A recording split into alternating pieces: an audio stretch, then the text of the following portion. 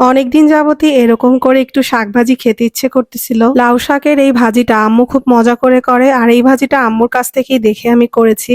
আমি কিন্তু প্রথমে এই লাউ শাক ভাজি নিজের হাতে করব, তাই ভাবলাম আপনাদের সাথে একটু শেয়ার করি। শাকগুলিকে প্রথমে ভালো করে বেছে নিচ্ছি, তারপরে এই বটি দিয়ে টুকরো করে কেটে নিচ্ছি শাকগুলিকে, যেহেতু শাকগুলি অনেক বড় বড়। লাউ শাক ভাজি দিয়ে গরম ভাত খেতে খুবই ভালো লাগে, মানে শাকটা যদি গরম গরম থাকে তখন খেতে বেশি ভালো লাগে, ঠান্ডা হয়ে গেলে সেই রকম খেতে ভালো লাগে না।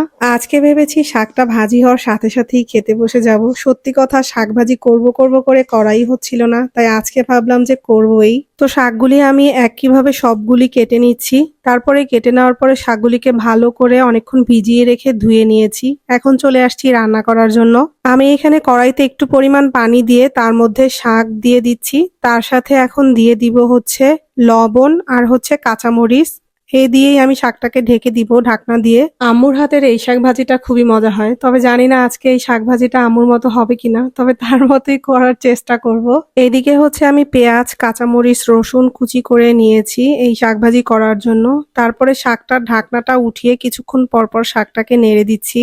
যখন কড়াইতে দিয়েছিলাম তখন অনেকগুলি দেখা গিয়েছে, তবে এখন একদম চুপসে গিয়েছে কিছুক্ষণ পরেই। তবে শাকের কালারটা কত সুন্দর লাগতেছে না, একদম সবুজ কালার। ছোটবেলা থেকেই এই শাক ভাজিটা আম্মুকে এভাবেই করে দেখে আসছি, তো ভাবলাম আজকে আমি নিজেও একটু ট্রাই করি যে আম্মুর মতো হয় কিনা ভাজিটা। জানি আম্মুর মতো অতটা মজা হবে না, তবে করার চেষ্টা করতেছি। শাকগুলি সিদ্ধ হওয়ার জন্য আমি এরকম ঢাকনা দিয়ে দিয়ে কিছুক্ষণ পর নেড়ে দিচ্ছি।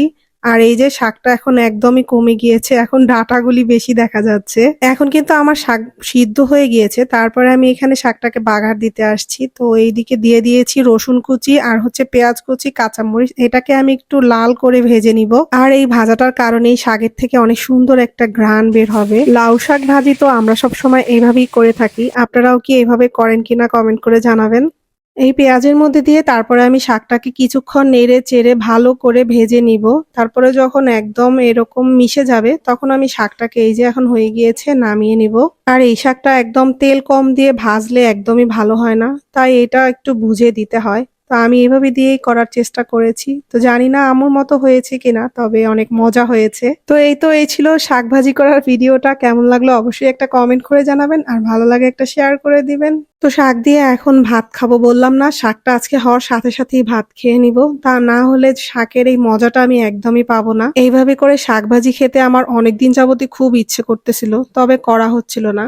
জানেন তো, এই শাকের এই আলুটা খেতে কেন জানি অন্যরকম একটা মজা লাগে। তবে এইখানে আমি ছোট্ট একটা আলু ব্যবহার করেছি, বেশি একটা আলু কিন্তু এর মধ্যে আমি দেইনি, তাই জন্য মনে হয় একটু বেশি ভালো লাগে।